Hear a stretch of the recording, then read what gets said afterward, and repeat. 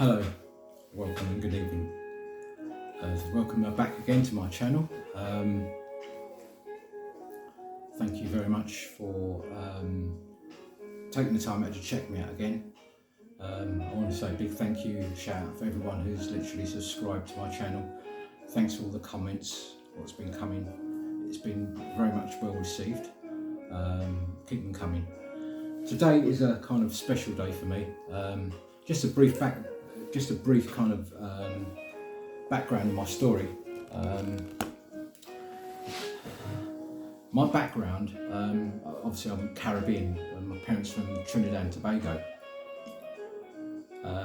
Came here in the early 60s, my dad was a carpenter, grew up here, went to school here and everything else.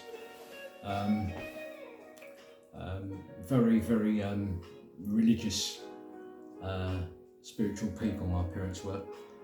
So I had to go to Sunday school, that type of thing. You know, the typical kind of West Indian, Caribbean type of churches, very charismatic, bands and stuff like that. So I was exposed to music at a very early age. That's where basically my first platform was actually playing in church.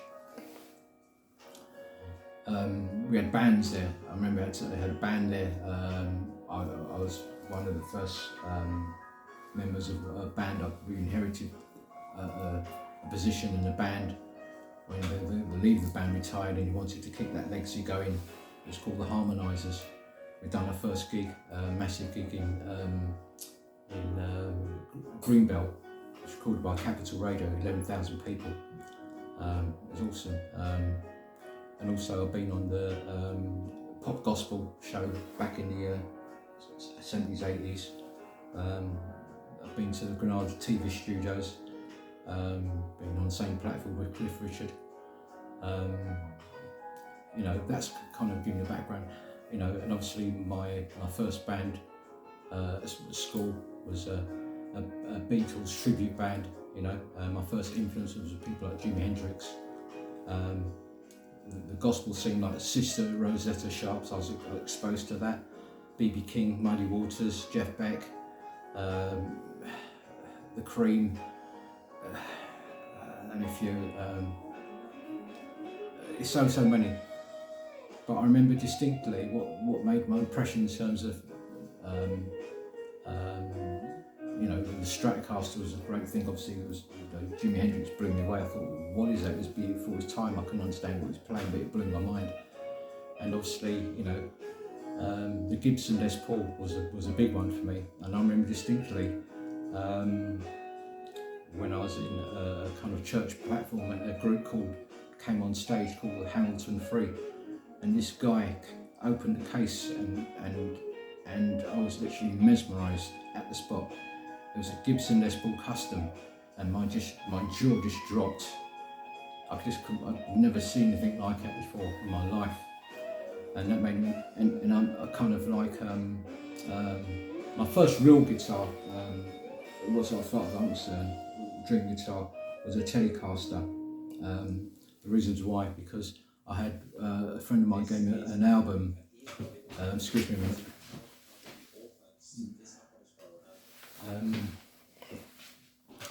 A friend of mine gave me an album called Loading Zone by Roy Buchanan. Because I hated the look of the Telecaster. I thought, what an ugly looking thing. Very plain and basic compared to the Strat. It was exotic with the Strat compared to the Telecaster. But because how this guy made this Telecaster sing, I kind of fell in love with the idea. So when I was living with my parents, I used to work, kind of do paper rounds and stuff like that, and I paid off for one. Basically saw a Telecaster in a shop. It was Tube. Can't remember the name of the shop, but it was in Lewisham, and I paid off for it. But subsequently I had to sell it. But my holy grail was the Gibson Les Paul. And then, you know, bringing it forward now.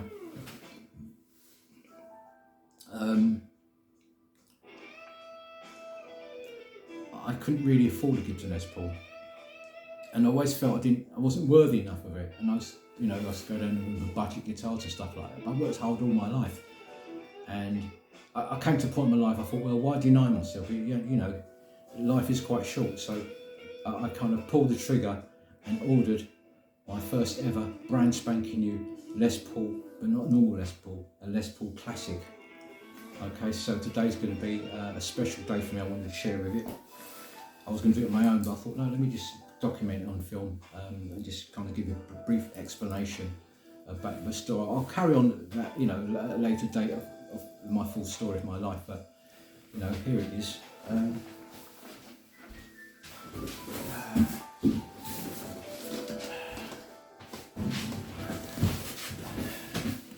It's a rather large box. It's delivered this evening by DPD from Guitar. Like I said, it's a brand spanking new Les Paul classic heritage. So let's do this.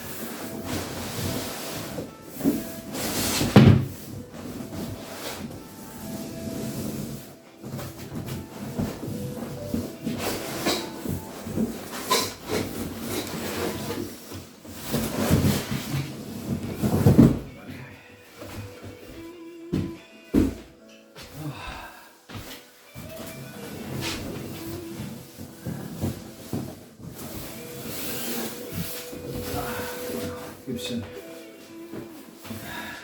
Wow.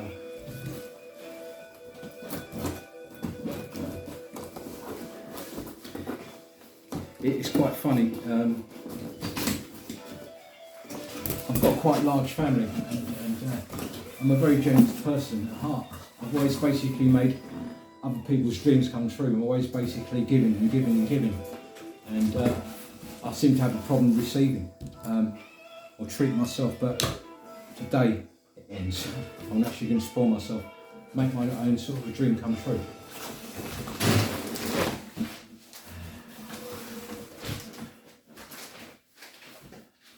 Are you anything like me? You worked hard at school, you got a good first degree, you got a job. I'm an engineer.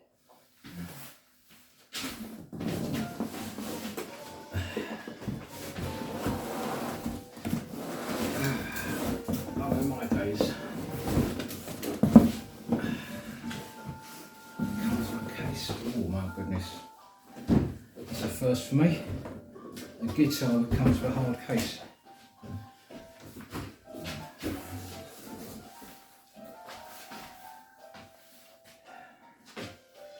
Right.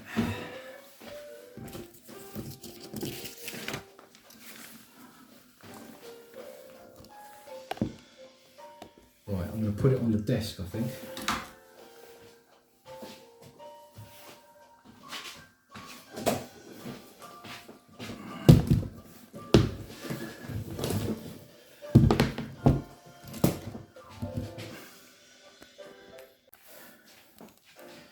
Right, that's the case. It says Gibson on it.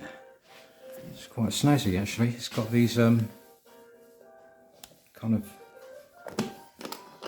matte black kind of clasp on it. So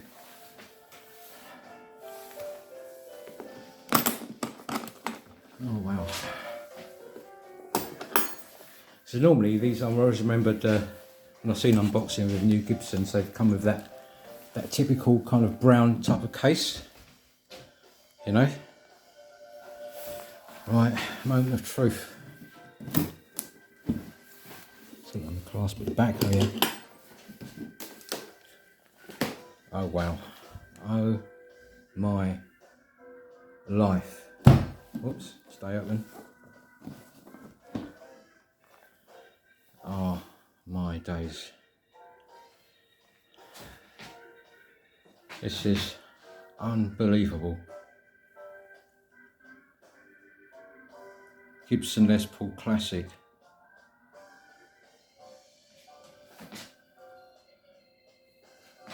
Heritage Cherry Sunburst.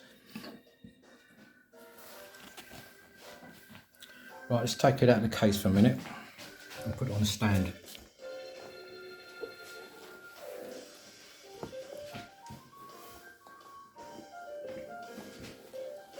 Take out the case candy.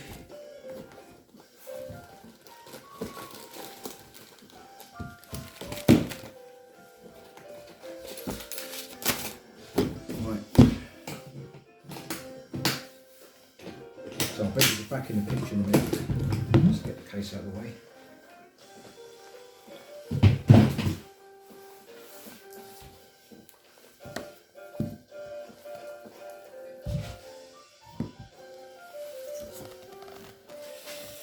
Right, you can see that. Oh wow. Oh, lovely figuring on it. I didn't want to get the the burst and nothing like that, because obviously I couldn't afford it. This is they was doing a special offer at Guitar, and I had just to pull the trigger on this one.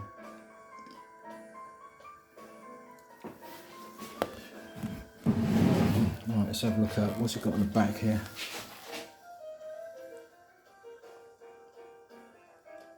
Made in USA, Grover machine heads, tulip style ones, kidney beans ones, kidney shaped machine heads. Very nice. I'm documenting all this because obviously it's brand spanking new. I'm the first owner.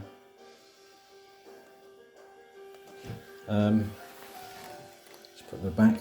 Let's check it out.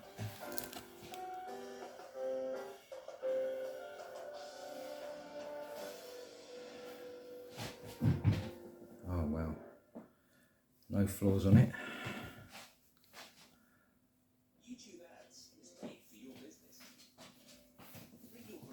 Seconds.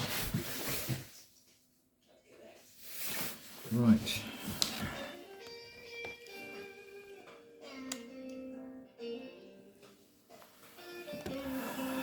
So right, like all the Gibsons I've had in the past, second-hand ones, the bind, you know, where the neck, the fretboard meets the neck, is all really scruffy, but this has got binding on it, so there's no such issues. You know, if you can see closer, hang on. It's got these see where the binding of the neck, it covers the fret, so obviously you're not going to get no sharp edges at all.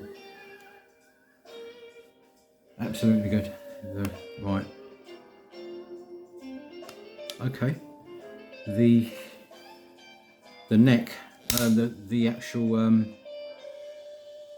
the nut is cut really good. Right, they've really upped their game on this one. Been told it's got push pot. Okay. This is just going to be unboxing. I'm going to do a proper review because I can't wait till tomorrow. So I have to do now. It came from Case Candy.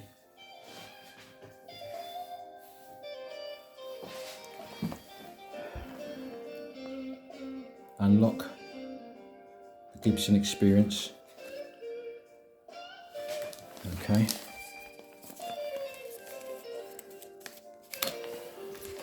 Oh, the actual obligatory photograph from the factory, just tell you to show it, you know, it was checked and made. It actually came from the Gibson factory. It's all good. Comes with a Gibson strap.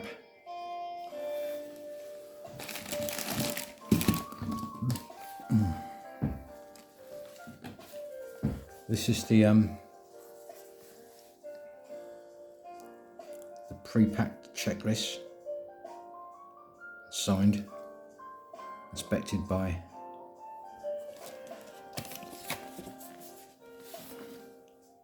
okay. It's got something else on here. I'll just put this down a minute.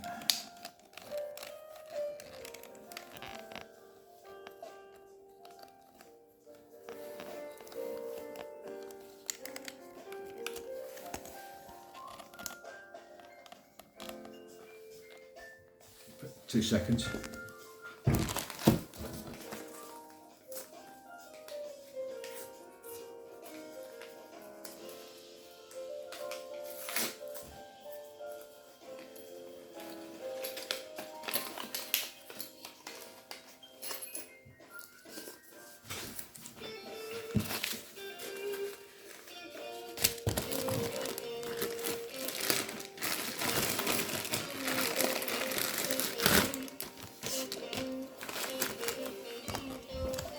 Okay, it's come with a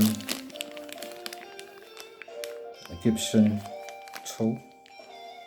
That's nice.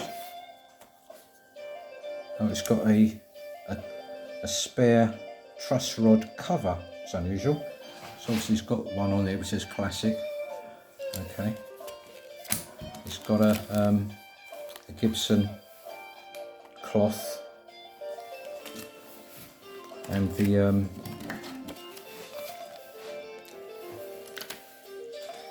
Gibson owner's manual. Cool. Wow. So it seems absolutely right. Okay. I'm just going to basically just test it out, but I'll come back.